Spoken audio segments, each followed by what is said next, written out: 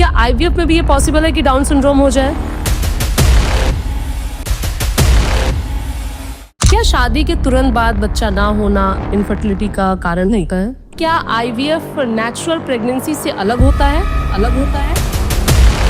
ये आपने बहुत अच्छा सवाल पूछा है श्वेता। दूर से पेशेंट आता है तो हम उनको इतना ट्रेन करते हैं कि वो अपने इंजेक्शंस खुद ही लगाते हैं। मतलब वो पेनफुल नहीं होते? बिल्कुल भी नहीं, क्योंकि इंजेक्शंस का डर सबको होता है। नहीं। मतलब पेशेंट को कुछ भी समझ नहीं आ रहा है कि मेरे साथ क्या हो रहा है। आईवीएफ की जो सक्सेस रेट है वो कितनी होती है? आईवीएफ की सक्सेस रेट बहुत सारे फैक्टर्स पे डिपेंड करती है। नींद हमारे बहुत सारे हार्मोन्स को कंट्रोल करती है। आप उत्तर प्रदेश में रहते हैं, दाल रोटी सब्जी खाइए, मजे में खाइए, सलाद खाइए, मौसम के फल खाइए। आपको कीवी और एवोकाडो खाने की प्लीज जरूरत नहीं है। आपकी दादी लोग के 10-10, 12-12 बच्चे होते थे और बहुत अच्छी तरीके से पहुंच जाते थे। नॉर्मल डिलीवरीज होती थी और सब बहुत इंटेलिजेंट, सब बहुत अच्छे से थे। देखिए, बेस्ट एज बेबी प्रोड्यूस करने की जो होती है वो 20 से 26 साल तक होती है। हमारे यहाँ क्वालिटी कंट्रोल नहीं है। Oil which we are using is palm oil. Yes, palm oil we are using, है ना। You don't want to get married, और even if you are married, आप अभी बच्चा नहीं करना चाहती हैं, बेस्ट वुड बी कि आप अपने एग्स को फ्रीज करा लीजिए। मैम, आईवीएफ के साइड इफेक्ट्स क्या होते हैं? अगर कोई कपल कराना चाहता हो ये, तो उसको कितना खर्चा पड़ेगा? आप ये मान के चलिए मिनिमम 1.5 लाख से शुरुआत हो पाती है उसको। क्योंकि मैम एक सिंगर थे सिद्धू मूसेवाला, आई नो, तो उनकी मदर 50+ हो चुकी थी और उन्होंने कंसीव किया है आईवीएफ के through he, I think conceive किया है। तो आपके पास ऐसे भी कपल आते होंगे कि नहीं मुझे तो लड़का चाहिए। एथिकली भी इट इज रॉन्ग। तो इस बारे में भारत देश में कोई बात नहीं होना चाहिए।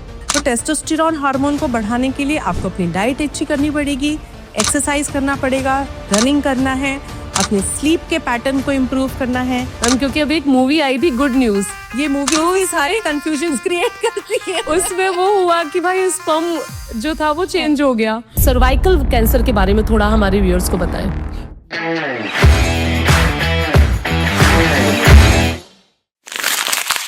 नमस्कार दोस्तों, स्वागत है आपका ज्ञान पॉडकास्ट में। दोस्तों, आज हमारे साथ हैं डॉक्टर रेणु सिंह गहलोत, जो कि एक आईवीएफ स्पेशलिस्ट हैं।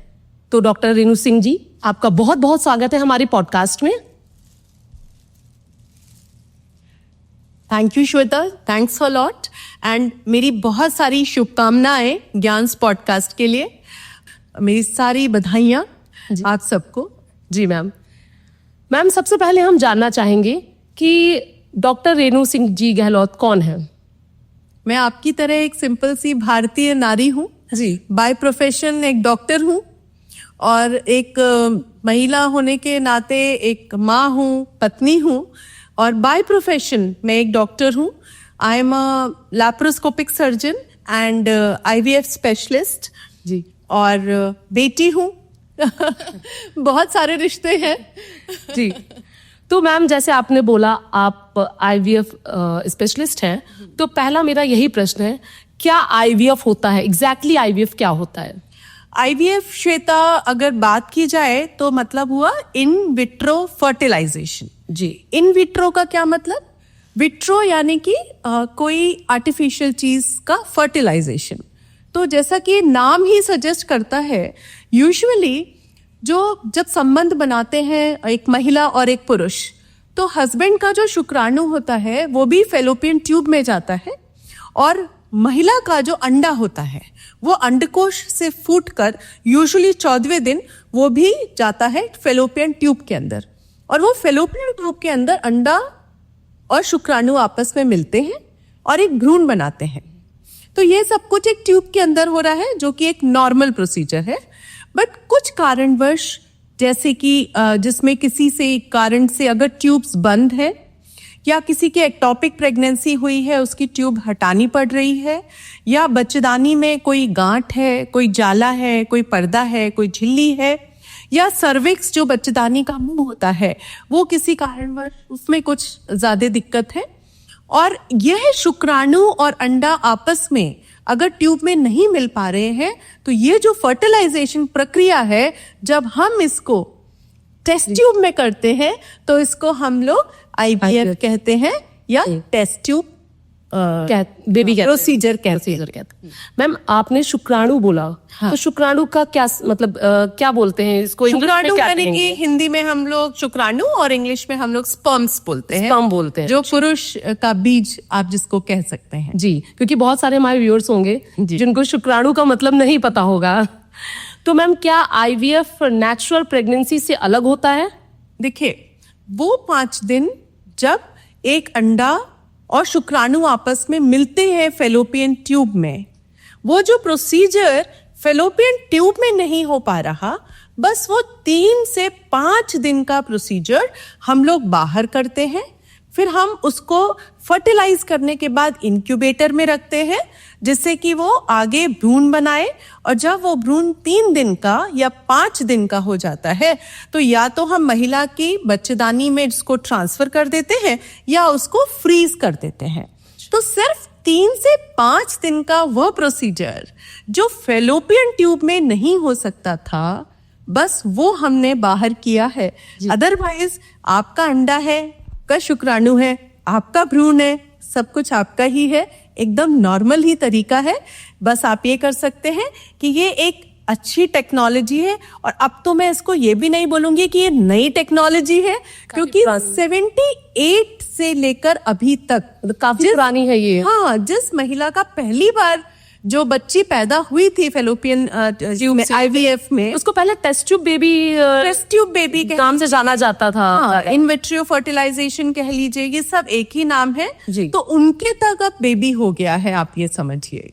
तो ये बिल्कुल नॉर्मल प्रक्रिया है, मतलब डरने की बात नहीं है। ट्रीटमेंट का हायर एंड है बस। हाँ। और कुछ खास बात। अच्छा मैम, क्या आईवीएफ पेनफुल होता है? ऐसा बिल्कुल भी नहीं।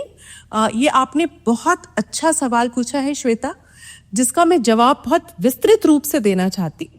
आईवीएफ में कोई भी एक भी प्रोसीजर ऐसा नहीं है जिसमें आपको रात में रुकना पड़ता हो, यानी कि चीरा फाड़ी नाम की कोई चीज नहीं होती। आईवीएफ में कोई भी एक भी चीज ऐसी नहीं है जिसमें आपको दर्द होता हो। शुरू में करीब 10 से 12 दिन तक अंडे बनाने के लिए हमको इंजेक्शंस देने पड़ते हैं। आजकल जो उनकी नीडल्स आती हैं वो इतनी बारीक होती हैं, हमारी जो इंसुलिन लेने वाले पेन होते हैं ना, कुछ उसी तरीके की वो नीडल्स होती हैं कि कोई एक छोटा बच्चा भी उन नीडल्स से अपने आप को इंजेक्शंस लगाता है।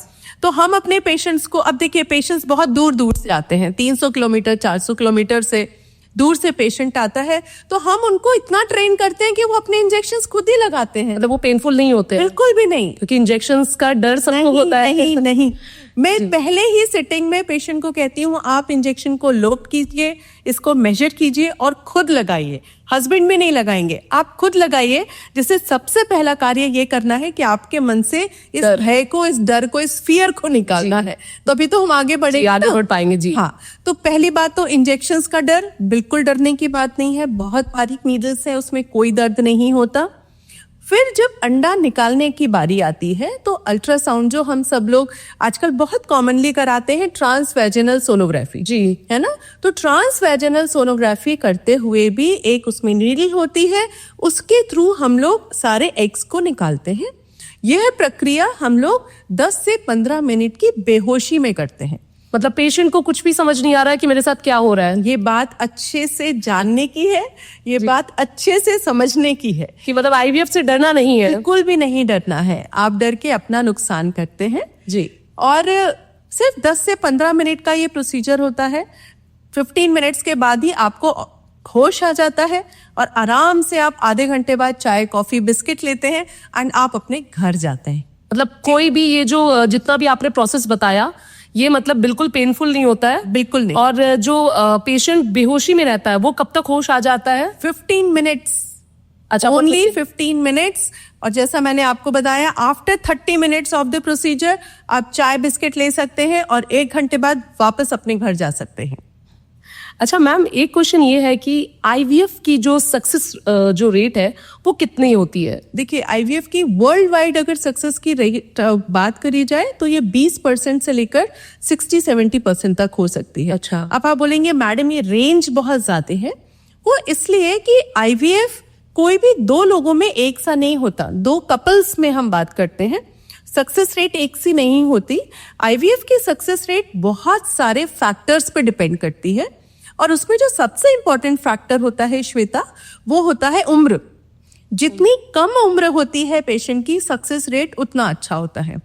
जब आपकी एज 40 इयर्स एंड अबव हो जाती है या 45 इयर्स एंड अबव हो जाती है, जाहिर सी बात है ऐसे केसेस में सक्सेस रेट 30% से भी कम हो जाती है। अच्छा। इसी के साथ साथ मान लीजिए अगर किसी पेशेंट की बच्चेदानी का किसी भी तरीके का ऑपरेशन हुआ है, कि बच्चेदानी में कोई फाइब्रॉइड गांठ या रसौली थी उसको निकाला गया है, या एंडोमेट्रियोसिस रही है, ट्यूबरकुलोसिस की पेशेंट को प्रॉब्लम रही है, कभी प्रीवियसली कोई उसकी ऑपरेशन हुआ है, कोई सर्जरी हुई है, या कोई भी और एसोसिएटेड कारण जिसको हम लोग कह सकते हैं कोई हार्मोनल फैक्टर्स जैसे डायबिटीज, हाइपरटेंशन, थायराइड, प्रोलैक्टिन का बढ़ा होना, ये सारे फैक्टर्स भी बहुत सारे रोल को प्ले करते हैं। साथ ही साथ कुछ न्यूट्रिशनल डेफिशिएंसीज अगर है, दोनों ही चीजें, अगर पेशेंट का वजन जरूरत से बहुत ज्यादा बड़ा है, बीएमआई आपका हायर साइड में है, आप ओबीस है, या आप बहुत थिन है, दोनों ही केसेस में हार्मोन्स अच्छे सीक्रेट नहीं होते और ये सक्सेस रेट को प्रभाव देते हैं। और आज की तारीख में एक और इम्पॉर्टेंट चीज है कि अगर जो पेशेंट्स हैं, इन लोगों का नाइट शेड्यूल बहुत डिस्टर्ब है, लाइफस्टाइल पूरी लाइफस्टाइल बहुत गड़बड़ है, अल्कोहल है ना, किसी भी तरीके का अल्कोहल। बड़े ही मजेदार क्वेश्चंस पेशेंट्स या कपल्स आके पूछते हैं कि मैम रम और विस्की नहीं लेंगे, बियर और क्या होता है, और स्कॉच, हाँ तो नहीं, और क्या होता है, वाइन, और इस तरीके की कुछ चीज लेंगे तो उससे कुछ फर्क पड़ेगा क्या? तो मैं ये आपको बताना चाहूंगी कि जो चीज, मैं सभी पेशेंट्स को ये बात बहुत क्लियर शब्दों में बताती हूँ कि जिस चीज से अगर आपको नशा होता है, चाहे वो टोबैको च्यू करना है, चाहे सिगरेट स्मोकिंग है, या किसी भी तरीके का अल्कोहल कंजम्पशन है, ये सब चीजें आज प्रूवन स्टडीज से पता चला है कि आपकी सक्सेस रेट्स को काफी कम करता है। और एक बहुत ही मजेदार चीज है श्वेता, जिसको हम लोगों ने जिंदगी भर इग्नोर किया, वो है नींद।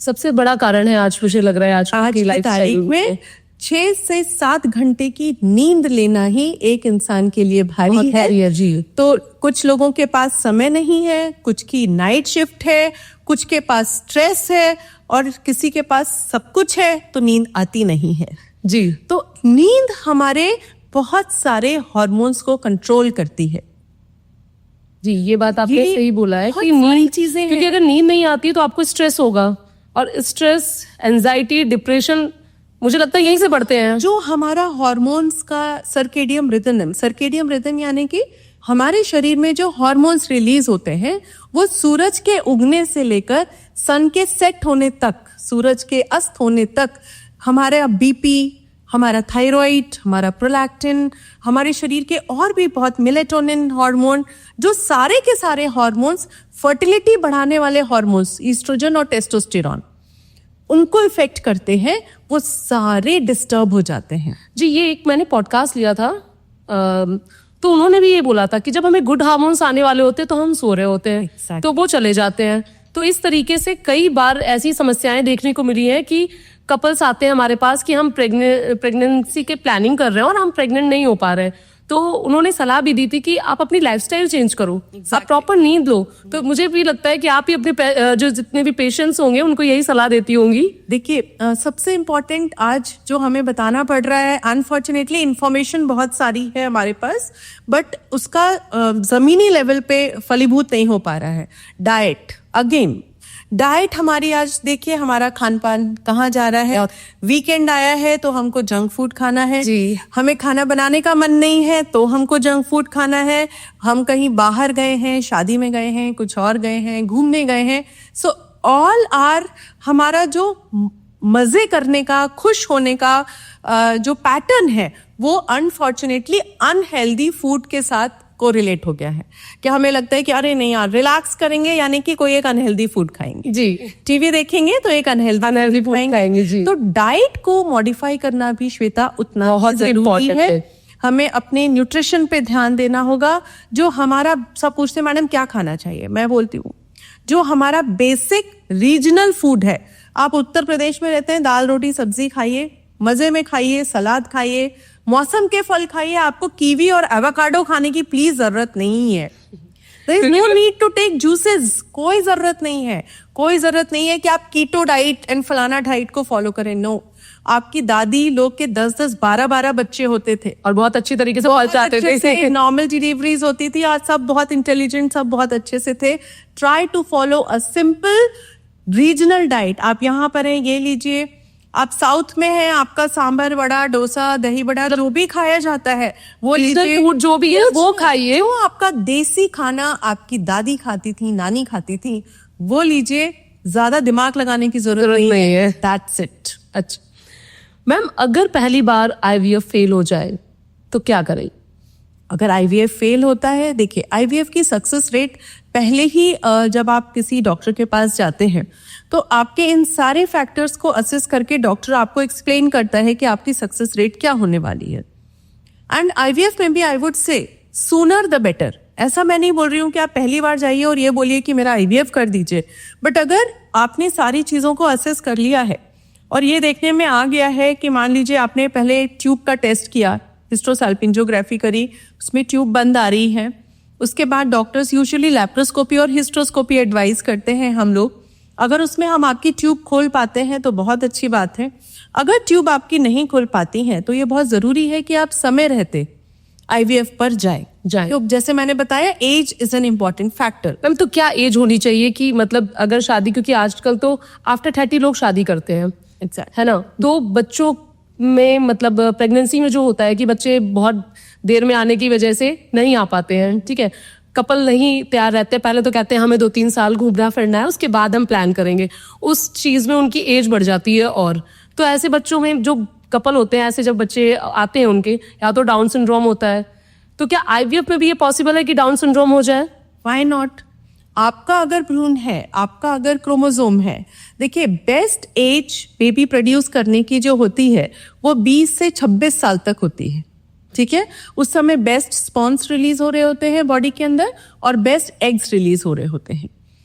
एक महिला को ईश्वर ने अंडे का एक बैंक दिया हुआ है, ठीक है, और वो बैंक धीरे धीरे करके जब से आपके पीरियड्स होना शुरू होते हैं कम होता जाता है। हर महीने वो आपका कई 100 अंडे रिलीज होते हैं, उनमें से एक अंडा बड़ा होता है, वो फूटता है, उसको शुक्राणु मिलता है तो भ्रूण बनता है, वो भ्रूण चिपकता है तो प्रेगनेंसी आती है। तो इस तरीके से आप ये समझिए, अगर आज 11-12 साल की उम्र में पीरियड शुरू हो गया और 32 साल की उम्र में आज आप प्लान कर रहे हैं कि हमको प्रेग्नेंट होना है, तो 20 साल तक जो बेस्ट क्वालिटी एग्स थे वो आ चुके हैं। Gate my point? क्योंकि आजकल जो छोटी बच्चियां हैं 10-11 साल की, उनको पीरियड स्टार्ट शुरू हो जाते हैं, तो वो जल्दी उनके अंडे शरण हो जा रहे हैं, खत्म हो जा रहे हैं। मेल्स में क्या है, जो भी फीमेल्स के पास बैंक है, बट मेल्स में अप टू 55 ईयर्स तक वो शुक्राणु बनते रहते हैं। एवरी 3 मंथ्स आज जो बनना शुरू होगा वो 3 महीने बाद बन के खड़ा है। अच्छा, है ना? तो this is the difference between mails and females. तो फीमेल्स की एज बहुत इंपॉर्टेंट रोल प्ले करती है, दो मेल्स की एज का भी इंपॉर्टेंट रोल होता है। इंडियन फीमेल्स में ये देखा गया कि हमारी गर्म जलवायु की वजह से, हमारी डाइट की वजह से और बहुत सारे फैक्टर्स की वजह से आज हम ओवेरियन एजिंग मात्र 32 साल की उम्र में कह रहे हैं श्वेता। यही ओवेरियन एजिंग वेस्टर्न कंट्रीज में 35 से 36 साल में आती है। तो इंडियन फीमेल्स के अंडे जो 35-36 ईयर्स वेस्टर्न कंट्रीज में होती है, वो क्वालिटी 32 साल में ही मिलनी शुरू हो रही है।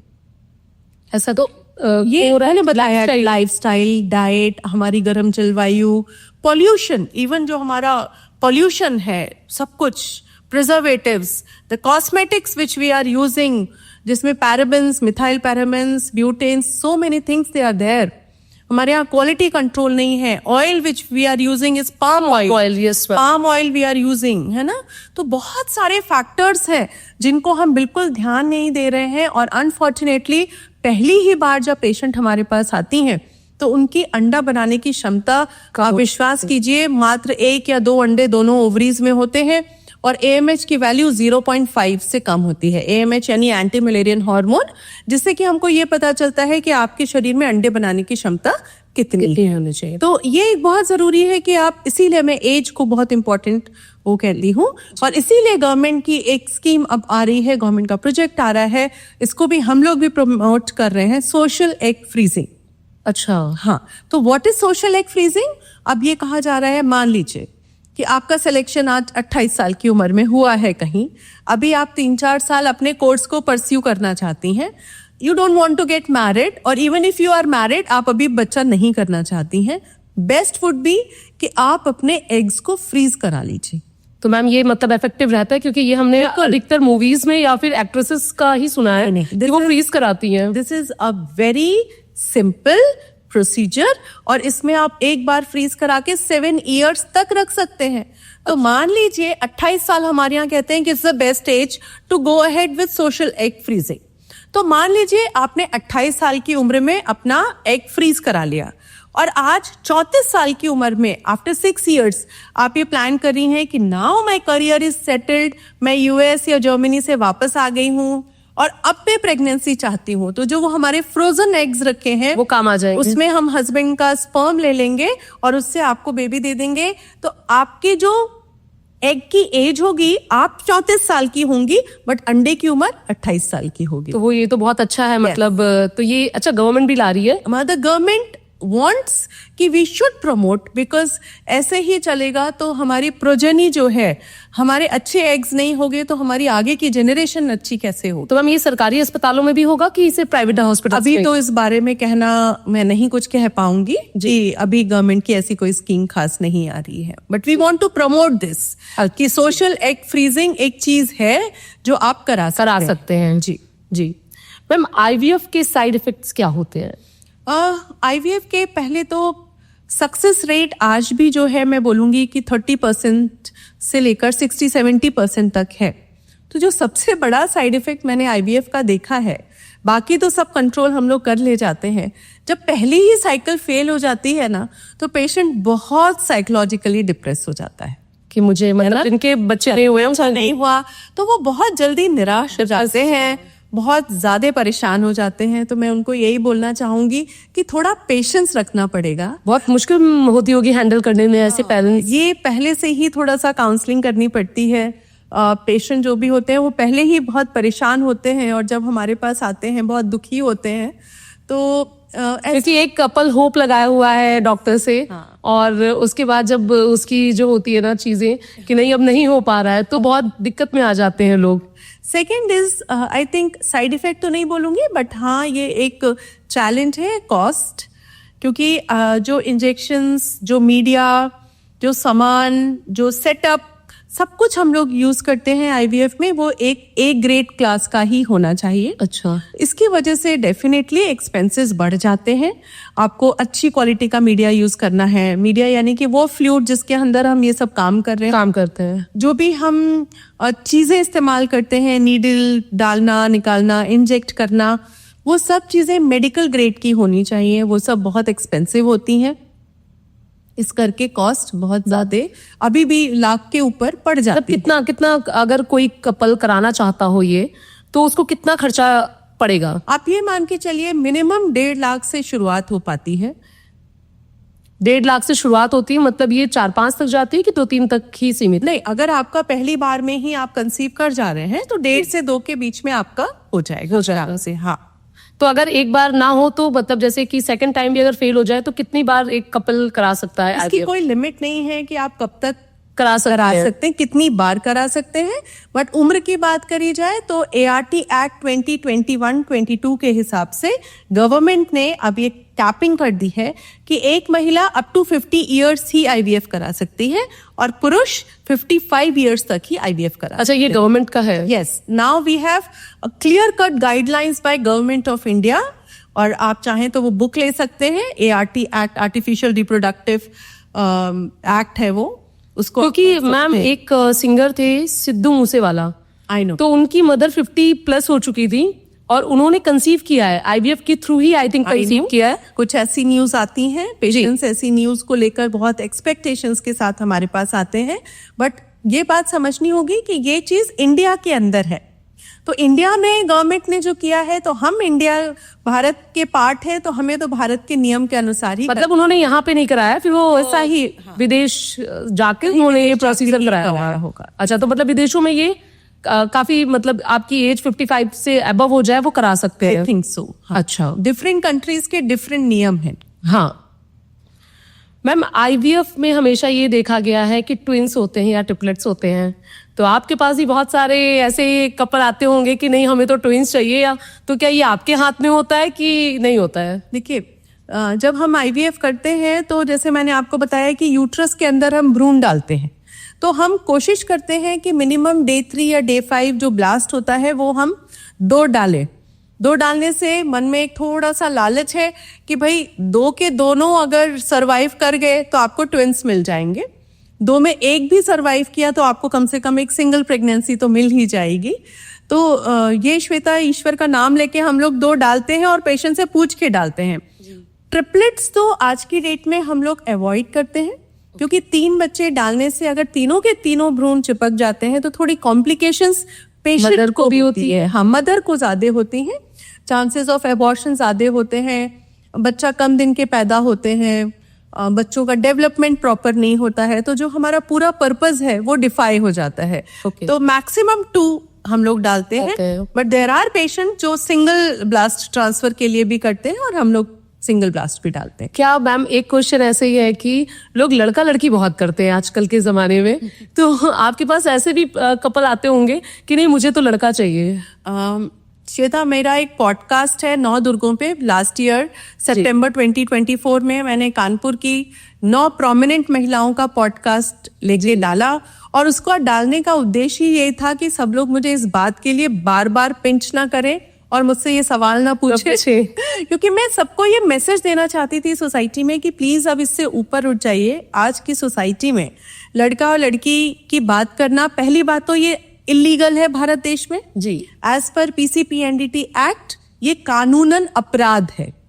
तो कोई भी डॉक्टर अगर इसमें प्रमोट करता है, हेल्प करता है, या कोई भी कपल अगर इस बात के लिए आता है, या कोई तीसरा इंसान जो इन तीनों को मिला के इस प्रोसीजर में हेल्प करना चाहता है, तो it's an absolute crime in India इस बारे में बात भी करना। अच्छा, एंड एथिकली भी इट इज रॉन्ग। तो इस बारे में भारत देश में कोई बात नहीं होना चाहिए। तो आप अपने जो ये इस तरीके के लोग अगर कभी तो टकरा ही जाते होंगे, तो उनसे क्या कहना चाहती हैं? उनसे मैं यही कहना चाहती हूँ, पहले तो मेरे वो 9 पॉडकास्ट देख 9 दुर्गे के 2024 के जो है। दूसरी बात ये मैं कहना चाहती हूँ, आपको श्वेता जैसी प्यारी सी बिटिया मिले, मेरी जैसी थोड़ी सी इंटेलिजेंट सी बिटिया मिले, 10 हो 100 हो, कोई दिक्कत है? अच्छा मैम, आईवीएफ में कितना टाइम लगता है एक साइकिल कंप्लीट होने में? देखिए, एक आईवीएफ साइकिल में ऐसे देखेंगे तो 10-12 दिन का इंजेक्शन देते हैं, एग्स को रिट्रीव करते हैं, उसको 5 दिन का बनाते हैं, तो 1.5-2 महीने लगते हैं। बट उस 1.5-2 महीने की तैयारी से पहले हमको काफी समय लग सकता है। ये सब पेशेंट टू पेशेंट वेरी करता है। मान लीजिए किसी को इन्फेक्शन है, किसी के शुक्राणु कम है, अंडे कम है, किसी को और कोई डायबिटीज, हाइपरटेंशन है, थायराइड, प्रोलैक्टिन, कोई भी और प्रॉब्लम है, वेट ज्यादा है, तो हमें पहले इन सारे फैक्टर्स को कंट्रोल करना होता है, तभी फिर हम आगे के लिए बढ़ते हैं। तो it is very variable Shweta, ये वेरी करता है पेशेंट टू पेशेंट। मैम, अच्छा, सबसे ज्यादा ये जो आईवीएफ के केस आते हैं कि आपको आईवीएफ करना है, ये कहाँ से आते हैं? ग्रामीण क्षेत्र से कि शहरी नगरीय क्षेत्र से ज्यादा आते हैं? 7-8 years back when I started IVF centre, तो ज्यादातर पेशेंट जो है वो शहर से ही आ रहे थे। बट आज आप जैसे पॉडकास्ट और सोशल मीडिया की वजह से, जागरूकता की वजह से आज मेरे ख्याल से बराबर सब तरफ से पेशेंट आ रहे हैं, क्योंकि बच्चा तो सबको ही चाहिए। मेरे ख्याल से वो ज्यादा जागरूक है, उनके पास समय है, वो अच्छे से तसल्ली से सब चीजों को समझते हैं। और सबसे अच्छी बात है, ग्रामीण क्षेत्र के जो हमारे पेशेंट होते हैं वो आंख बंद करके हमारी बात मानते हैं। उनका ये सीधा तो दिमाग नहीं लगाना है ज्यादा, दीदी आप जो ठीक समझे वो कर दीजिए। And I love such patients, क्योंकि उनको सक्सेस रेट भी अच्छा मिलता है, क्योंकि वो ज्यादा, एक तो मैम आजकल यूट्यूब का ज्ञान बहुत हो गया। एग्जैक्टली, गूगल बाबा के होने से गुगली हो जाती क्योंकि गूगल बाबा की तरफ से मेडिसिन भी टेस्ट कर लेंगे कि हाँ ये वाली मेडिसिन है, ये चेक करना है उन्हें। ये पहले गूगल थे, अब AI है, चैट GPT है, so many other platforms are there. तो finally you will land up very confused. जी, तो मैं सबको ये बात बोलती हूँ कि देखो भाई, पहले तो घूम के टहल के अपना डॉक्टर चूज कर लो। अच्छा जो डॉक्टर चूज कर लो, फिर चुपचाप आंख बंद करके भरोसा करो, समय दो, संयम दो, क्योंकि ये बहुत बारीक कार्य है, इसमें समय लगता है। क्या IVF हमने करा लिया तो उसमें क्या कर सकते हैं कि नॉर्मल डिलीवरी हो सकती है कि नहीं, हमें सिजेरियन की तरफ ही जाना पड़ेगा? सिजेरियन ज्यादातर केसेस में होता है, क्योंकि अपने यहाँ जो IVFs होते हैं वो बहुत लेट पेशेंट जाता है, 35-36 ईयर्स उम्र हो जाती है, उसके बाद ही जाता है, उसको कोई ना कोई कॉम्प्लिकेशन ज्यादा होती है। बट ऐसी कोई वो नहीं है कि IVF कराया है तो सिजेरियन ही होगा। अच्छा, ऐसा मतलब ये नहीं है कि नहीं, जरूरी नहीं है। हाँ, it's not compulsory. Okay ma'am, आजकल एक किट भी आती है, एक होम की किट आती है कि आप स्पर्म को उसमें कर लो और इंजेक्ट करके खुद ही अपने, क्या ऐसा भी पॉसिबल है कि इसके कुछ है कि ये सब ऐसे ही एक तरीके का है कि आप जब संबंध बना रहे हैं तो हस्बैंड के स्पर्म्स ऑटोमेटिकली वजाइना में जा रहे हैं। जी, मेरे ख्याल से ये उन लोगों के लिए है जिनको वेजिनिस्मस होता है, जैसे संबंध बनाने के दौरान बहुत अधिक दर्द हो रहा है, या हस्बैंड वाइफ का इतना कॉर्डियल रिलेशन नहीं है कि वो ढंग से संबंध बना पा रहे हैं। उन केसेस में मेरे ख्याल से अच्छा, तो ये किट आप लोग खुद बोलते हो कि लोग खुद ही ऑनलाइन ऑर्डर करके खुद ही ऑर्डर करके करते हैं? Are not doing. ओके। अच्छा मैम, IVF में आपने बताया जैसे कि नॉर्मल डिलीवरी हो जाती है, कभी कोई ऐसा केस आया है आपके पास कि ट्विंस की ही नॉर्मल डिलीवरी आपने की? Why not? ट्विंस की नॉर्मल डिलीवरी, अगर ट्विंस की पोजीशन ठीक है कि पहला वाला जो ट्विन है उसका सिर अच्छे से नीचे आ रहा है, ट्विन का साइज बहुत बड़ा नहीं है, जो बेबी है उसके गले में कॉर्ड नहीं है, मदर को कोई और कॉम्प्लिकेशन नहीं है, मदर की जो हड्डी है, कूल्हे की हड्डी, वो ठीक ठाक चौड़ी है, तो बहुत आराम से पहला बच्चा निकल जाता है और फिर दूसरा बच्चा हम लोग, मतलब ये पॉसिबल है। बट यू नो अपने यहाँ क्या है, पेशेंट ऑलरेडी IVF वाले इतने डरे हुए होते हैं। हाँ कि बस हमें बच्चा हमारा सही रहे। हाँ, ये तो हर माँ की। मैं और बात श्वेता बोलना चाहूंगी, नॉर्मल डिलीवरी आजकल हम चाहते हैं कि भाई आप ट्राई करिए, आप 9 महीने मेहनत कीजिए, बट हमारे यहाँ आजकल बच्चियां जो हैं वो इतनी डेलिकेट डार्लिंग्स हो गई हैं कि वो करना नहीं चाहती हैं, वो पेन्स नहीं लेना चाहती हैं। मैं एक और बात सबको बोलती हूँ, हस्बैंड आते हैं बहुत डरे हुए, मैडम ये तो नहीं कर सकते हैं, वो तो नहीं कर सकते हैं, नॉर्मल प्रेगनेंसी में भी। तो मैं एक बात बोलती हूँ कि प्रेगनेंसी एक नॉर्मल फिजियोलॉजिकल प्रोसेस है, कोई बीमारी नहीं है। आराम से उसमें आप, क्योंकि लेबर की वाइफ देखिए आप, आराम से वो ईंटें उठा के जा रही है, जितना एक्टिव रहेगा जी उसकी normal delivery is that much easy. और आजकल हम लोग अपने सेंटर में आखिरी के 3 महीने कुछ एक्सरसाइजेस भी कराते हैं जिससे नॉर्मल डिलीवरी को हम फैसिलिटेट कर पाते हैं। अब अगर आप बिस्तर पे ही बैठे रहोगे, आप बिल्कुल हिलोगे नहीं, कुछ करोगे नहीं और बहुत डरोगे, तो फिर थोड़ा मुश्किल हो जाएगा। और मैम ऐसा भी होता होगा ना कि पेशेंट खुद ही बोल देते हैं कई बार कि मैम मेरे हस्बैंड को बोल दीजिएगा कि बेड रेस्ट है, हिलना डुलना नहीं है। That's what I'm saying कि ये बातें अब समझने की हैं। तो क्योंकि हमेशा डॉक्टर को ही ब्लेम किया जाता है कि अरे उन डॉक्टर ने ऑपरेट कर दिया। 95% केसेस में आई वुड से कि नाउ पेशेंट्स आर सेइंग कि मैडम हमारा सीजर कर दीजिए। बताइए, दे डोंट वांट। वो आखिरी के 3 महीने जो है प्रेगनेंसी के, वो बहुत जरूरी है। जब आपको वॉक करनी है, आपको एक्सरसाइज करनी है, आपको अपनी डिलीवरी के बारे में सब कुछ अच्छे से समझना है, होता क्या है एग्जैक्टली, अपने मन को, दिमाग को प्रिपेयर कीजिए। आप पहले नहीं है ना जिसकी डिलीवरी हो रही, मैं कहती हूँ भाई तुम पहले नहीं हो, गाय बकरी बिना किसी सबके बच्चे होते हैं। मतलब ये वाली जो चीज है कि नहीं मैं पैदा नहीं कर सकती हूँ नॉर्मल। मैम नॉर्मल डिलीवरी ज्यादा पेनफुल होती है कि सिजेरियन? दोनों के अपने वो है, ईश्वर ने जब एक महिला को बनाया है तो उस डिलीवरी का पेन बर्दाश्त करने की भी क्षमता दी, ताकत। सिजेरियन में भी जब बच्चा हो जाता है उसके बाद ये बात ठीक है, हम लोग इंजेक्शंस वगैरह देते हैं जिससे कि पेन फील नहीं होता, बट नॉर्मल का नाम ही नॉर्मल है, कोशिश कीजिए कि नॉर्मल होना चाहिए। जी मैम, सिजेरियन जो जैसा आपने अभी बोला कि नहीं दोनों ही, क्या सिजेरियन कराने के बाद महिलाओं को कुछ दिक्कतें आ जाती हैं बॉडी में? देखिए, सिजेरियन के बाद एज सच कोई दिक्कत नहीं आती। कुछ लोग कहते हैं मैडम मेरा 2 ऑपरेशन हुआ था इसलिए आज मेरा वजन 90 किलो हो गया, इसलिए मेरी कमर में दर्द होता है। तो आई वुड लाइक टू से, अब अगर आपका ऑपरेशन हुआ है या आप नॉर्मल डिलीवरी हुआ है, आप खूब घी और मेवे के लड्डू खा रहे हैं, बट फिर आप अगले 3 महीने तक बिस्तर पे ही बैठे हैं, आप कोई कार्य नहीं कर रहे हैं, तो आपका वजन बढ़ेगा। आप एक्सरसाइज नहीं करेंगे, आपकी कमर में दर्द होगा। आप एसी आजकल एयर कंडीशन में है, वो चीज आपको हड्डियों में नुकसान करेगी। आपकी डाइट प्रॉपर नहीं है, तो बच्चा आपका दूध पीता है तो vitamin D, calcium, iron, multivitamin तो आपको सबकी कमी हो जाती है। तो 40 डेज के बाद में वी एक्सपेक्ट कि आप अपना नॉर्मल रूटीन फॉलो करेंगे, एक्सरसाइजेस करेंगे, डाइट नॉर्मल लेके आएंगे, और जितनी आपकी एक्सरसाइज है, कैलोरी रिक्वायरमेंट है, उसके हिसाब से आप अपनी डाइट प्लान करेंगे। मैम, इंस्टाग्राम में आजकल बहुत सारी रील्स ऐसी देखी जा रही हैं कि सिजेरियन हो गया उसके बाद नॉर्मल डिलीवरी हुई है, क्या ये पॉसिबल है? कि कुछ व्हाई नॉट, यस। अच्छा, ये कुछ इसमें ये तो नहीं कोई खतरा हो बाद में? Chances of caesarean are more. अगर आपका पहला बच्चा सिजेरियन से हुआ है तो ये बात ठीक है कि आपके जो सिजेरियन के चांसेस हैं वो ज्यादा हो जाएंगे, बट ऐसा इम्पॉसिबल नहीं है, इट हैपेंस, अक्सर ऐसा हो। ऐसा नहीं है कि वो जो टांके हैं उनमें कुछ प्रॉब्लम हो जाएगी? मैंने कहा कि चांसेस बढ़ जाएंगे पुराने वाले टांकों में जी। और वो भी तब होता है कि मान लीजिए अब अभी बेबी हुआ आपका, तुरंत दूसरा बच्चा आ गया, 2 महीने हो गया, या जो पुराना टांका था वो ढंग से हील नहीं किया, उसमें इन्फेक्शन था, या आपको शुगर, बीपी, थायराइड, किसी तरीके की कोई प्रॉब्लम रही है, और तो हो सकता है। so ये वाले बहुत सारे डाउट्स होते हैं, एक माँ के भी अंदर होते हैं और बहुत सारे लोगों के अंदर भी होते हैं, क्योंकि आजकल हर कोई एडवाइस देने लगता है इस वजह से।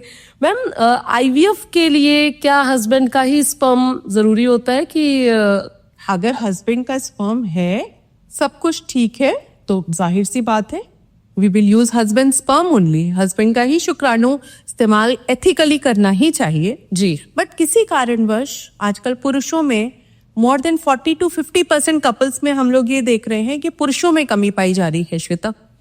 तो पुरुषों के शुक्राणु कम हो सकते हैं, उनकी मोटिलिटी कम होती है, वो चलते कम है, उनका मॉर्फोलॉजी जो होता है वो अच्छा नहीं होता है, और कभी कभी जो ट्यूब जिससे शुक्राणु बाहर आते हैं वो ब्लॉक होती है, जिसको हम लोग एज़ोस्पर्मिया भी कहते हैं।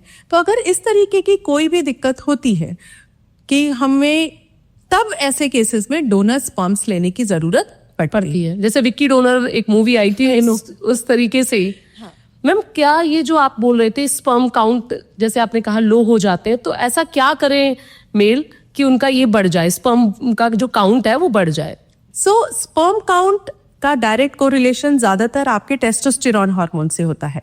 तो टेस्टोस्टेरॉन हार्मोन को बढ़ाने के लिए आपको अपनी डाइट अच्छी करनी पड़ेगी, एक्सरसाइज करना पड़ेगा, रनिंग करना है, अपने स्लीप के पैटर्न को इम्प्रूव करना है, लाइफस्टाइल मॉडिफिकेशन, आपका वेट अपने बीएमआई के हिसाब से उसको मैनेज करना है, साथ ही साथ smoking, alcohol, tobacco, junk food, इन सब का परहेज करना है, बीपी, शुगर, थायराइड, सारा कुछ आपको ढंग से मैनेज करना है।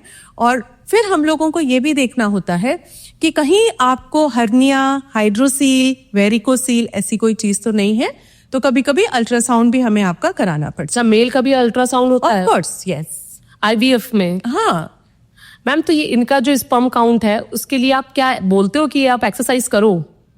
देखिए, जिसमें जिस तरीके की जो परेशानी होती है हम लोग उस तरीके का ट्रीटमेंट उस पेशेंट को बताते हैं। कोई एक प्रॉब्लम नहीं है स्पर्म काउंट कम होने की या नील होने की, बहुत सारी प्रॉब्लम्स की वजह से हो सकता है। अच्छा, तो जो प्रॉब्लम जिस पेशेंट में निकलती है उसको हम लोग उस हिसाब से मैनेज करते हैं। मैम, क्या आईवीएफ क्लिनिक्स जो होते हैं वो स्पर्म को या एग को स्वैप कर देते हैं? अरे नहीं भाई, कि दिस इज अगेन इलीगल। ऐसा करते ही नहीं है, करना भी नहीं चाहिए। जब भी कभी किसी का कोई सैंपल लिया जाता है उसको प्रॉपर तरीके से हम लोग लेबल करते हैं। हम सेम नेम का हो तो भी कुछ नहीं। मान लीजिए आप है श्वेता, वाइफ ऑफ ज्ञान, जी, है ना, तो अगर 2 श्वेता और दोनों के हस्बैंड का नाम ज्ञान है तो हम लोग लिखेंगे श्वेता वाइफ ऑफ ज्ञान श्रीवास्तव, या श्वेता वाइफ ऑफ ज्ञान शर्मा, भी जो भी है whatever. हाँ whatever. बट फ्यू मतलब, और उसके आजकल एक चीज और होती है श्वेता, हम लोगों के पास UHID नंबर होता है, यूनिक आईडी होता है जी। तो that ID is created. Ma'am क्योंकि अभी एक मूवी आई थी गुड न्यूज, ये मूवी भी सारे कंफ्यूजन क्रिएट करती है। उसमें वो हुआ कि भाई स्पर्म जो था वो चेंज हो गया और उस वजह से उनको उनकी डॉटर हुई। तो ये वाली क्या चीज ऐसे रियल लाइफ में भी होती है, पॉसिबल है कि नहीं? ऐसा ये सब बस मूवीज का काम है? ये मूवीज में ये बॉलीवुड वाले और दिमाग खराब करे हैं। अगर कुंभ में दो भाई मिलेंगे नहीं, बिछुड़ेंगे नहीं, तो पिक्चर उनकी कैसे बनेगी? तो ये ऐसे ही है, उनको पिक्चर बनेगी कैसे? बिछुड़ेंगे नहीं तो कैसे होगा? ये सब कुछ बवाल नहीं फैलाएंगे अगर वो तो। जी मैम, अगर स्पर्म में डीएनए डैमेज हो तो आईवीएफ का रिजल्ट अफेक्ट होता है क्या? ऑफ कोर्स, हमारा कोई भी सेल है वो आरएनए और डीएनए से बना होता है। तो जब हम देखते हैं कि स्पर्म की क्वालिटी कॉम्प्रोमाइज्ड है, काउंट्स कम है सीमन में और बहुत सारी चीजें हैं, तो हम लोग एक टेस्ट कराते हैं जिसको हम कहते हैं डीएनए फ्रैगमेंटेशन टेस्ट। और उसमें ये देखा जाता है कि कितने डीएनए गड़बड़ है, उसका ट्रीटमेंट दिया जाता है, जो मैंने आपको सब बताया था वो सब किया जाता सारे है, प्रोसेस किया। एंड देन अगेन फिर हम लोग डीएनए फ्रैगमेंटेशन टेस्ट करके उसका देखते हैं। अच्छा, क्या मास्टरबेशन से स्पर्म क्वालिटी खराब हो जाती है आईवीएफ की? Masturbation is a natural process. ये नीम हकीम खतरे जान जैसी चीज हुई और लोगों ने उसको बहुत नाइटफॉल और सफेद पानी और धात और दिस एंड दैट करके बहुत चारों पुरुषों को भ्रमित किया। बहुत सारी जगह ऐसा आ जाएगी, मर्दाना कमजोरी, फजीला कमजोरी, जड़ी बूटी और कई लोगों का। एंड ये बिल्कुल सबसे पहली बात तो इसको एकदम बिल्कुल कुछ नहीं होता है। मैस्टरबेशन करना एकदम नॉर्मल प्रक्रिया है, उससे स्पर्म क्वालिटी पे आने का कुछ नहीं।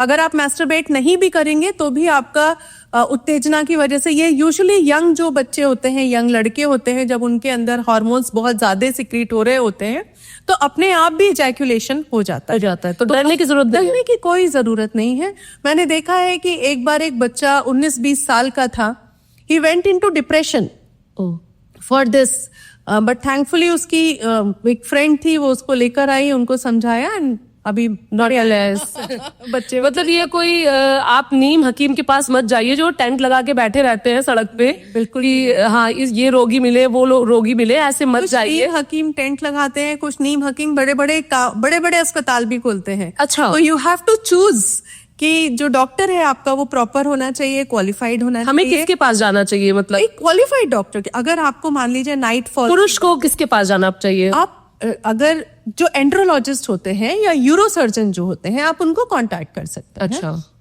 मैम, सर्वाइकल कैंसर जिसका आप थोड़े दिन बाद अभी एक कैंप आप ऑर्गेनाइज कर रहे हो, सर्वाइकल कैंसर के बारे में थोड़ा हमारे व्यूअर्स को बताएं। देखिए, सर्वाइकल कैंसर और ब्रेस्ट कैंसर महिलाओं में होने वाले, भारत देश में ही नहीं विश्व में सबसे बड़े कैंसर्स हैं। और अनफॉर्चुनेटली ये वो कैंसर्स है, सर्वाइकल कैंसर तो श्वेता ऐसी चीज है जिसको हम 15-20 साल पहले पता कर सकते हैं। सर्वाइकल कैंसर 99.9% एक वायरस है, ह्यूमन पैपिलोमा वायरस, उसकी वजह से होता है। सिर्फ सर्वाइकल कैंसर ही नहीं, पुरुषों में पेनिस का कैंसर, एनस का कैंसर, ओरोफेरेंजियल कैंसर्स, 6 तरीके के कैंसर इस वायरस की वजह से होते हैं। और आप अगर 9 वर्ष से 14 वर्ष के बच्चों को, अगर हमारी 80% सोसाइटी ये कैंसर की वैक्सीन लगा लेगी तो हम बहुत सारे लोगों को 20 साल बाद कैंसर से बचा पाएंगे। अच्छा, ये जो कैंसर के लक्षण होते हैं, सर्वाइकल कैंसर स्पेशली, अगर किसी महिला को लंबे समय तक सफेद पानी की समस्या है, बार बार पेशाब में इन्फेक्शन है, खुजली है, पेड़ों में दर्द है, हस्बैंड से संबंध बनाने पर गंदा पानी आता है या खून आ जाता है, ये सारे सिम्टम्स आगे चल के बच्चेदानी के मुंह के घाव से ऊपर उठकर कैंसर के ड्यों तक हो सकते हैं। तो ये बहुत जरूरी है, नंबर 1 कैंसर से बचाव के लिए, कि आप 9 से लेकर 40 वर्ष तक जितनी बच्चियां हैं, महिलाएं हैं, सब सर्वाइकल कैंसर की वैक्सीन लगाएं। 14 वर्ष से कम उम्र की जो बच्चियां हैं उनको सिर्फ 2 डोज लगेंगे, एक अभी 2 महीने बाद। 14 वर्ष से ऊपर जो लोग हैं इनको अभी 2 महीने बाद और 6 महीने बाद। इसका कोई साइड इफेक्ट? बिल्कुल नहीं, एब्सोल्युटली ना ही कोई दर्द, ना सूजन, ना ही फीवर, आपको पता भी नहीं चलेगा and your job will be done. एक चीज ये हो गई। अब बात आती है क्यों हो जाता है ये human papilloma virus usually sexual contact से ही फैलता है। तो उन महिलाओं को या उन पुरुषों को जो सफाई का ध्यान नहीं रखते, मल्टीपल सेक्सुअल पार्टनर्स होते हैं, एड्स या सिफिलिस या सेक्सुअली ट्रांसमिटेड डिजीजेस हैं, लो सोशियो इकोनॉमिक स्टेटस से हैं, बच्चे जल्दी उम्र में हो रहे हैं, जो शारीरिक संबंध हैं उन्होंने कम उम्र में बनाने शुरू कर दिए हैं, उनको उतनी ही जल्दी इस वायरस का इन्फेक्शन हो जाता है और उतनी समय बाद 15-20 साल बाद वो वायरस अपना कार्य करते करते 90% से 95% लोगों में सिर्फ इन्फेक्शन तक ही कन्फाइंड रहता है, बट 3 to 4% लोगों में वो कैंसर भी बनाता है। अच्छा। तो ये आपकी पूरी इम्यूनिटी पे डिपेंड करता है। अगर आपकी इम्यूनिटी अच्छी है, वायरस से लड़ पा रही है, तो आपका शरीर प्रोबेबली स्वस्थ बना रहेगा। आपको बीच बीच में इन्फेक्शन के एपिसोड्स आएंगे, सूजन, दर्द, जलन, खुजली, सफेद पानी, गंदा पानी, मटमैला, खून आना होगा, बट आप प्रोबेबली कैंसर नहीं होगा। बट जिसकी भी इम्यूनिटी कम होगी उसको कैंसर के अंश में ये वायरस परिवर्तित कर देगा। बचाव का एक बहुत अच्छा तरीका वैक्सीन लगवाना है, जो सबको लगवाना चाहिए। ये बहुत इंपॉर्टेंट है। सिर्फ महिलाओं में ही नहीं, पुरुषों में भी 3 से 4 तरीके के कैंसर का बचाव इससे होगा, किया जा सकता है। अब आते हैं ब्रेस्ट कैंसर पे। जी। ब्रेस्ट कैंसर भी भारत देश में बहुत कॉमन कैंसर है और इसकी जो बचाव है वो भी काफी कॉमन है। पहली बात तो सेल्फ पैल्पेशन। हर महिला को हर संडे बना लेना चाहिए कि उसको अपने ब्रेस्ट को लेटकर, खड़े होकर, आगे झुककर पैल्पेट करना चाहिए। चारों क्वाड्रेंट में आप ब्रेस्ट को 4 पार्ट्स में डिवाइड कर लीजिए। ऊपर का क्वाड्रेंट ऐसे फ्लैट हाथ से आपको पैल्पेट करना है, ऊपर का quadrant, lateral quadrant, medial quadrant, नीचे का क्वाड्रेंट। साथ ही साथ अपनी बगल को भी आपको पैल्पेट करके देखना है कि यहाँ कुछ तो कोई गांठ नहीं है, कुछ ऐसी अचानक से तो समझ में नहीं आ रही है। तो सेल्फ ब्रेस्ट पैल्पेशन एक बहुत ही सिंपल तरीका है अर्ली छोटी से छोटी गांठ को पता करने का। दूसरा इंपॉर्टेंट आता है, कोई भी महिला जो 30 वर्ष से ऊपर की है उसको सोनोमैमोग्राफी करानी चाहिए। 40 वर्ष से ऊपर की है उनको एक्सरे मैमोग्राफी करानी चाहिए एवरी 2 to 3 years, जिससे कि वो गांठें जो इवन पैल्पेट भी हम नहीं कर पाते हैं, पैल्पेशन में भी समझ में नहीं आती, वो हमको सोनोमैमोग्राफी, छूने में आपका तात्पर्य है, छूने में भी समझ में नहीं आ रही है। जी। तो वो हम सोनोमैमोग्राफी और एक्सरे मैमोग्राफी से अर्ली स्टेज में पता कर लेते हैं। जब हम अर्ली स्टेज में पता कर लेते हैं, ये कैंसर ज्यादातर केसेस में पूर्णतः सर्जरी के बाद ठीक हो जाता है। बट यही चीज अगर हम लेट स्टेज में पकड़ते हैं तो फिर दिक्कत हो जाती है। क्या कोई महिला जिसे पीरियड्स ना होते हो, क्या वो प्रेग्नेंट हो सकती है? ऐसी अक्सर होता है दूध पिलाती हुई माताओं में। जो माएँ बच्चे को दूध पिला रही हैं, उनको पीरियड तो नहीं हो रहा है, वो बड़ी रिलैक्स रहती हैं, बट उनको ओव्यूलेशन हो रहा है, अंडा फूट रहा है, और उस अंडा फूटने के दौरान अगर आप संबंध बनाएंगे तो प्रेगनेंसी। जिसका हुआ ही ना हो, पीरियड ही ना आए हो कभी, ऐसा थोड़ा मुश्किल है। मतलब हो सकते हैं, वो भी प्रेग्नेंट हो सकती हैं महिलाएं जिनको कभी पीरियड्स ना हुए हों। उनका ट्रीटमेंट करके देखना पड़ेगा। देखिए, पीरियड ना होने का कारण पता करना।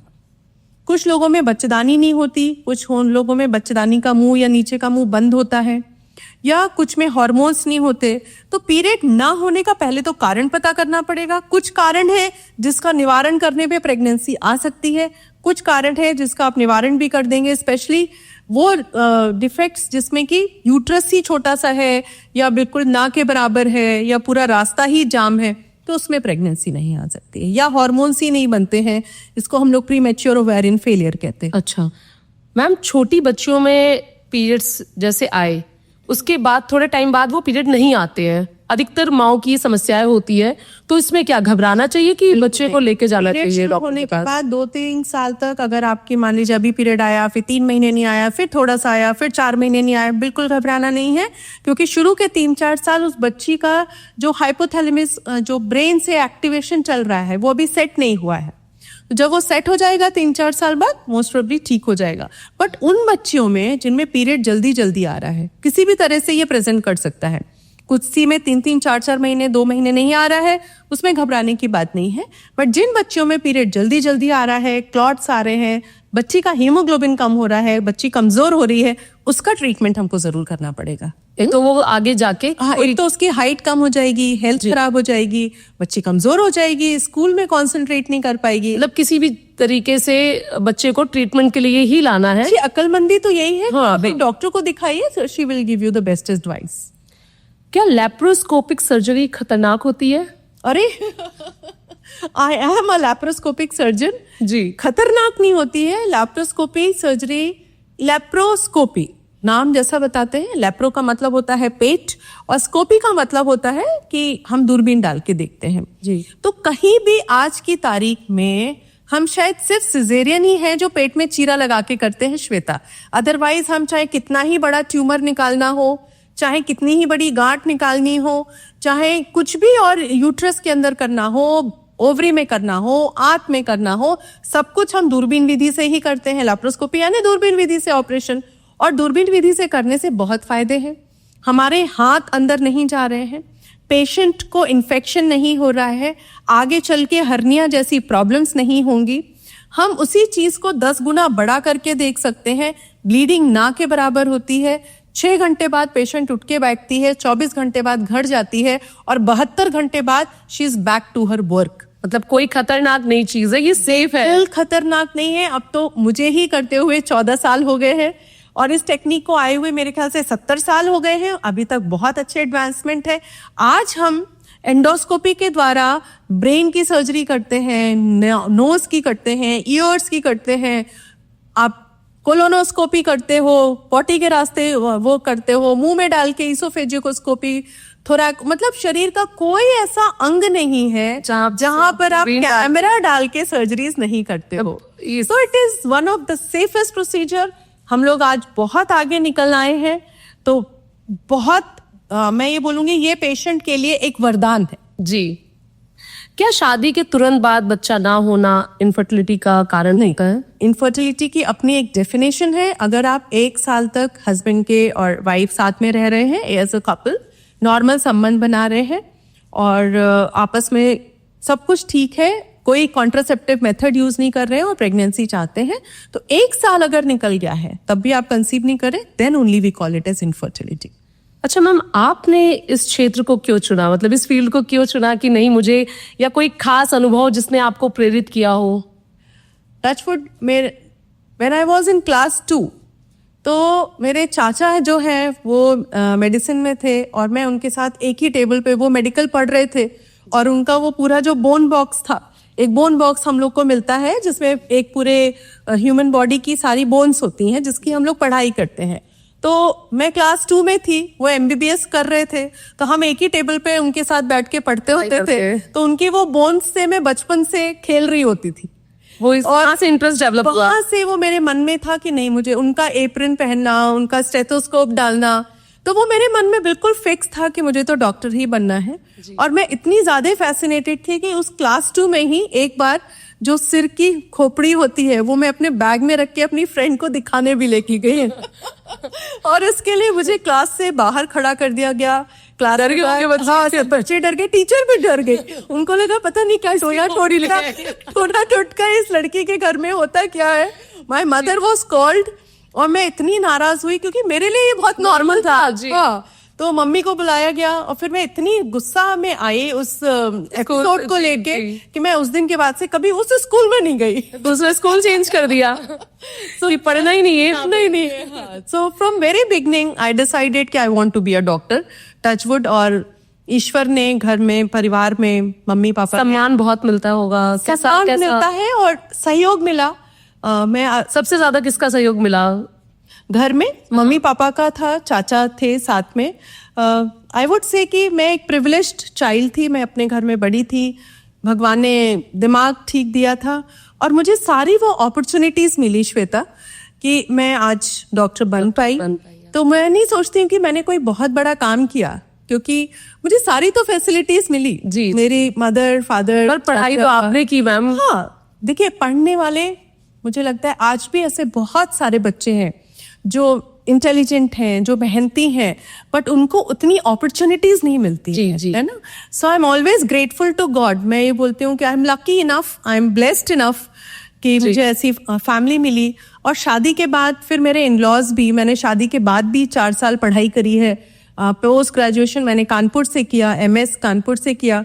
तो शादी के बाद भी मैंने 4 साल पढ़ाई की। तो मेरे जो इन लॉज हैं, मेरी सिस्टर इन लॉ, मेरे हस्बैंड, सबने सपोर्ट किया। और शादी के तुरंत बाद से लेकर मेरे ख्याल से जब मेरी दोनों बच्चे भी हो गए और मेरी बिटिया छोटी वाली 1.5 साल की थी, तब मेरा लैप्रोस्कोपी में अचानक से इंटरेस्ट जागा। तो डॉक्टर साहब को मैंने, डॉक्टर आलोक को मैंने बोला कि भाई ऐसा ऐसा है, तो बोले जाओ सीखो। तो मैंने कहा एनी सपोर्टिव होती है। हाँ। तो ही गेव मी, डॉक्टर आलोक ने, आई वुड से कि उन्होंने मुझे पंख दिए उड़ने के लिए। एंड 2012 में मैं जर्मनी गई लैप्रोस्कोपी सीखने के लिए, 1.5 साल की बच्ची को छोड़कर। डॉक्टर साहब ने, मदर ने, मेरे इन लॉज ने बच्ची को और मेरे बेटे को सबको मैनेज किया। सो आई वुड से कि परिवार का सपोर्ट बहुत जरूरी होता है। किसी भी महिला ही क्यों, किसी भी इंसान को आगे बढ़ने, पुरुष हो चाहे महिला हो, पुरुष हो चाहे सपोर्ट सिस्टम की जरूरत पड़ती बहुत ही है। जरूरी है। आपके परिवार के लोग, आपके नेबर्स, और जो मेरे पड़ोसी रहे हमेशा से ही, मेरी बिटिया तो हाथों हाथों में सपोर्टिव रहे हैं। मेरे दोस्त जितने हैं, मेरी फ्रेंड्स हैं, उनकी फैमिलीज हैं जी। और हेल्पर्स ऑल्सो, नहीं, उनका भी एक बहुत बड़ा योगदान रहता है। बड़ा योगदान है हमारी फैमिली में जी। और हमें ये ध्यान रखना चाहिए कि हम कुछ ऐसा करें कि उनकी फैमिली भी उतनी ही अपलिफ्ट हो। जी, सही कहा है ना, ये हमें ध्यान, ये हमारी एक सोशल रिस्पॉन्सिबिलिटी है कि उनका एक्सप्लॉयटेशन ना हो और कम से कम बाकी उनकी भी फैसिलिटीज और उनकी भी नेसेसिटी, वो भी आगे बढ़े। जी आगे बढ़े। मैम, जैसे अब ये नीट के पेपर होते हैं और पेपर लीक हो जाता है, क्या आपके समय में भी ऐसा होता था? व्यापन घोटाला सुना होगा ना आपने, जिन्हें भोपाल में मध्य प्रदेश में दिया था। तो उस समय व्यापम घोटाला आया था और मैंने रोते हुए पापा से कहा कि ये घोटाला हो रहा है, फिर मेरा सिलेक्शन नहीं होगा देखा इस घोटाले की वजह से। एंड माय फादर सेड कि इतनी मेहनत करो कि पहले 10 में तुम्हारे मार्क्स आए, कि तुम्हारी फर्स्ट 10 में तुम्हारी रैंक आए, कि कोई घोटाले होंगे 10-20 बच्चे आएंगे तो तुमको फर्क नहीं पड़ना चाहिए।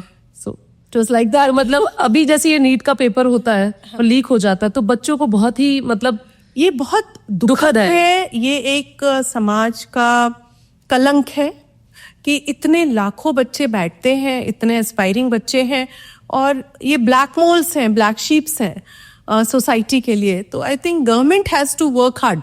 सरकारी तंत्र को ही इसमें सबसे ज्यादा स्ट्रिक्टनेस लानी, क्योंकि बच्चा कितने दिनों से मेहनत कर रहा है, दिनों से बच्चे मेहनत, और फिर वो बहुत हतोत्साहित होते हैं जो डिजर्विंग। देखिए, डॉक्टर बनना सिर्फ उनको ही बनना चाहिए मैं बोलूंगी। एक तो 10 से 12 साल का समय लगता है, बहुत मेहनत लगती है और लाइफ लॉन्ग कमिटमेंट चाहिए आपको, जिंदगी भर 24/7 रात दिन आपको देखना करना होगा। देखना नहीं है, मतलब और उसके बाद ऐसा पेपर लीक होना तो फिर काफी ज्यादा टेंशन वाली चीज हो जाती है घर वालों के लिए भी, और जो बच्चा है वो हतोत्साहित हो जाते हैं। जी मैम, कभी कोई ऐसा केस हुआ हो जिससे आप इमोशनली अटैच हो गई हो, कोई ऐसा पेशेंट आया हो लाइफ में?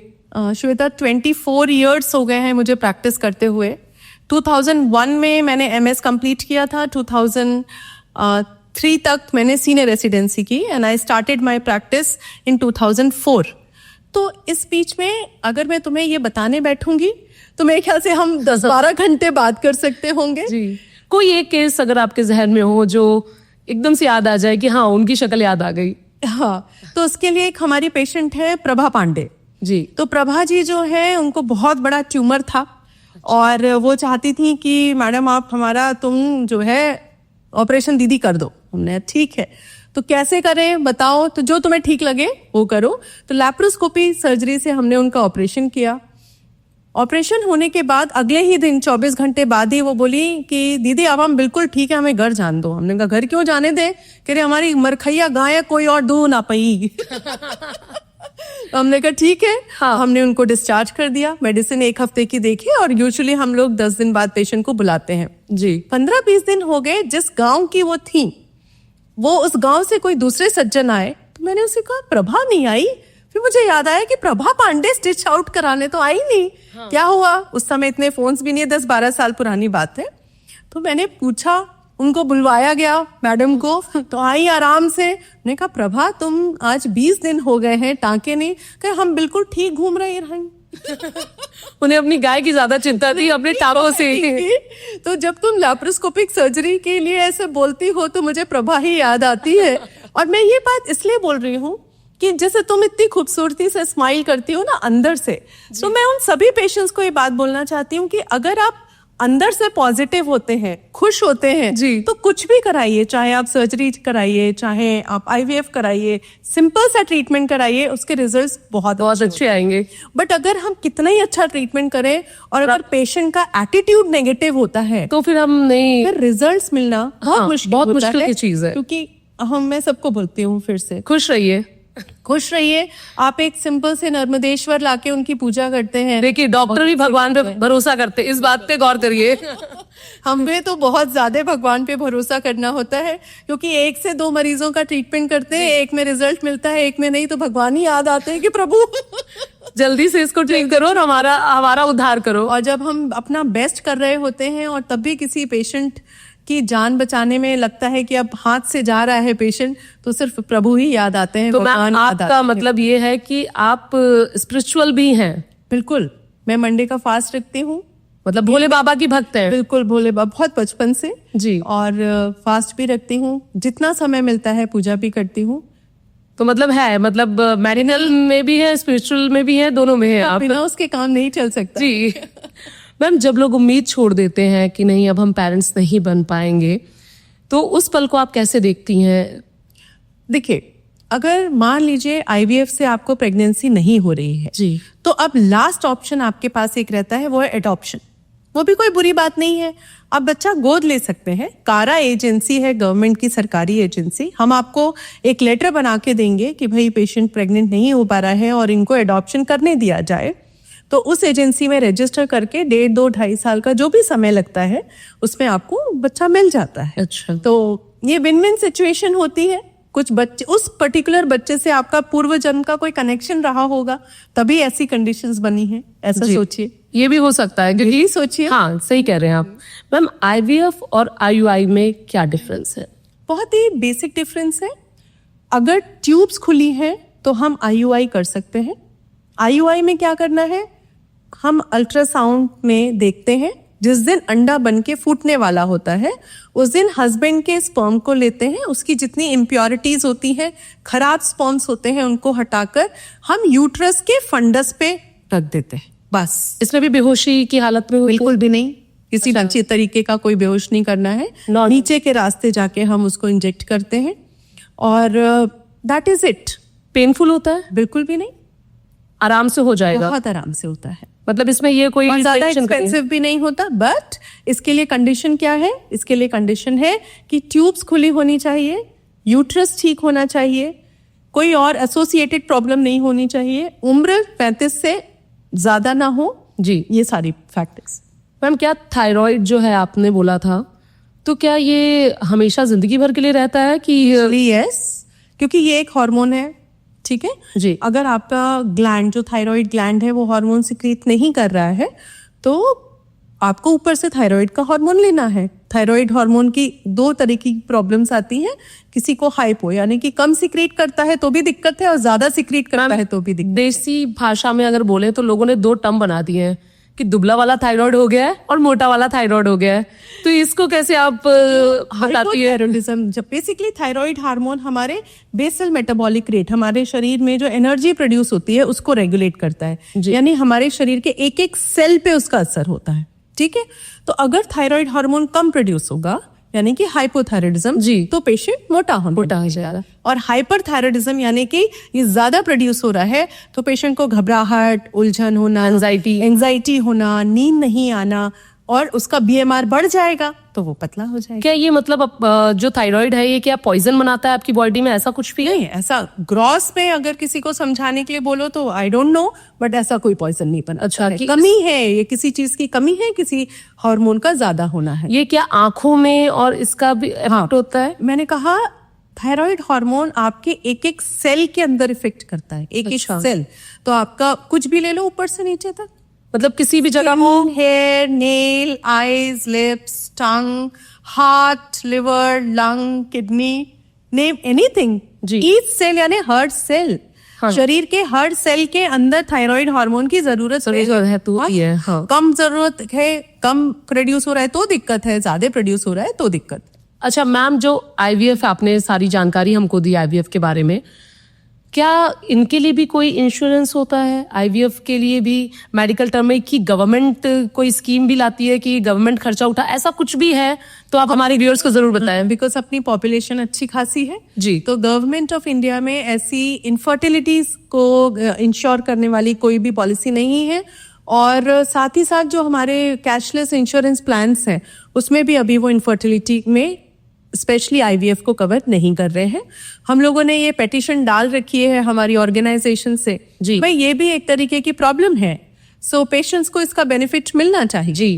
तो let's see it is there. देखिए कितने कब तक हो पाती हैं चीजें। हाँ, बाहर की वेस्टर्न कंट्रीज में दे आर इंश्योर्ड, तो वो सीधे 3 साइकिल का आईवीएफ का पैकेज लेते हैं, तो उनकी सक्सेस रेट इसीलिए बहुत अच्छी हो जाती है। अच्छा, तो मतलब अभी हमारे यहाँ से कोई ऐसा नहीं है।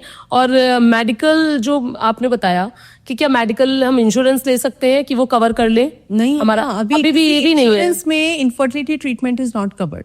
तो ये होना चाहिए कवर, आइडियली होना चाहिए जी। तो मैम बहुत अच्छा सेशन रहा हमारा आपके साथ, आपने हमारे सारे डाउट्स क्लियर करे जो आईवीएफ से रिलेटेड थे। आपका बहुत बहुत धन्यवाद। Thank you Shweta, thanks a lot.